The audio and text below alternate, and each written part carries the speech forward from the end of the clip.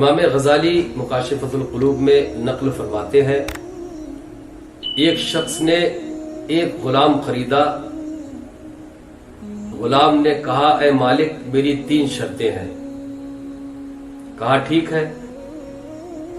پہلی شرط، غلام نے کہا، جب نماز کا وقت آئے تو مجھے اس کے لیے ادا کرنے سے نہ روکنا۔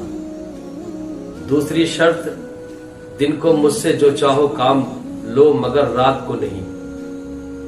تیسری شرط، مجھے ایسا کمرہ دو جس میں میرے سوا کوئی نہ آئے۔ مالک نے تینوں شرطیں منظور کرتے ہوئے کہا، گھر میں رہنے کے لیے کوئی کمرہ پسند کر لو۔ غلام نے ایک خراب سا کمرہ پسند کر لیا۔ مالک بولا، تو نے خراب کمرہ کیوں پسند کیا؟ غلام نے جواب دیا، اے مالک، یہ خراب کمرہ اللہ کے یہاں چمن ہے۔ سبحان اللہ، اللہ اللہ۔ ذرا سوچے، دن کو مالک کی خدمت کرتا اور رات کو اللہ کی عبادت میں مشغول ہو جاتا۔ ایک رات اس کا مالک وہاں سے گزر رہا تھا۔ اس نے دیکھا کمرہ منور ہے، غلام سجدے میں ہے اور اس کے سر پر ایک نورانی قندیل معلق ہے، اور وہ آہوزاری کرتے ہوئے کہہ رہا ہے، یا الہی، تو نے مجھ پر مالک کی خدمت واجب کر دی ہے، اور مجھ پر یہ ذمہ داری نہ ہوتی تو میں صبح و شام تیری عبادت میں مشغول رہتا۔ اللہ اللہ، اللہ اللہ، اے اللہ میرا عذر قبول فرما۔ مالک ساری رات اس کی عبادت دیکھتا رہا، یہاں تک کہ صبح ہو گئی، قندیل بجھ گئی اور کمرے کی چھت حسب سابق ہموار ہو گئی۔ وہ واپس لوٹا اور اپنی بیوی کو سارا ماجرا سنایا۔ جب دوسری رات ہوئی تو وہ اپنی بیوی کو ساتھ لے کر وہاں پہنچ گیا۔ وہاں دیکھا تو غلام سجدے میں تھا۔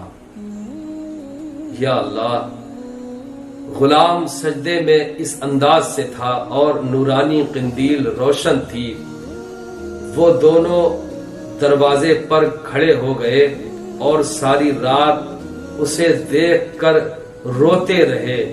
جب صبح ہوئی تو انہوں نے غلام کو بلا کر کہا، ہم نے تجھے اللہ کے نام پر آزاد کر دیا ہے تاکہ تو فراغت سے اس کی عبادت کر سکے۔ وہ غلام اللہ کی بارگاہ میں التجا کرتا ہے، اے صاحب راز، راز ظاہر ہو گیا۔ اب میں اس فشائے راز اور شہرت کے بعد زندگی نہیں چاہتا۔ پھر کہا، اے الہی، مجھے موت دے دے۔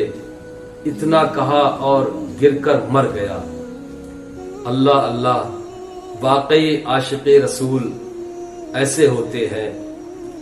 عاشق اور طالب مولا لوگوں کی حالت ایسے ہی ہوتی ہے، ایسے رب کی یاد میں فنا ہو جاتے ہیں۔